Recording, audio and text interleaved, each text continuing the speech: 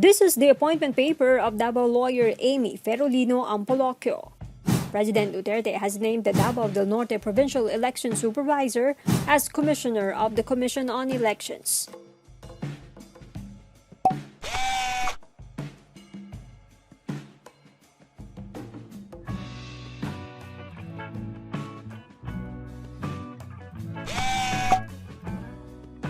Ferolino-Ampoloquio will replace Al Pareño, who retired in February 2020. In a statement, Comelec Chair Sheriff Abbas expressed pride that Duterte appointed a Comelec insider to the post.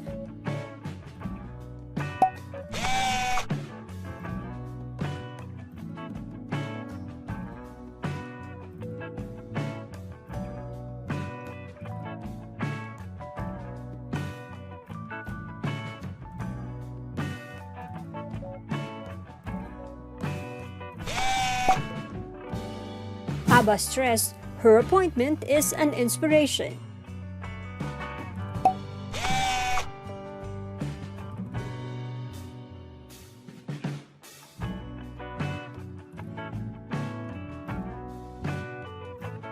Her appointment completes the 7-member Comelec Anbang. Malacanang, on the other hand, expressed hope she would ensure peaceful national and local elections in 2022.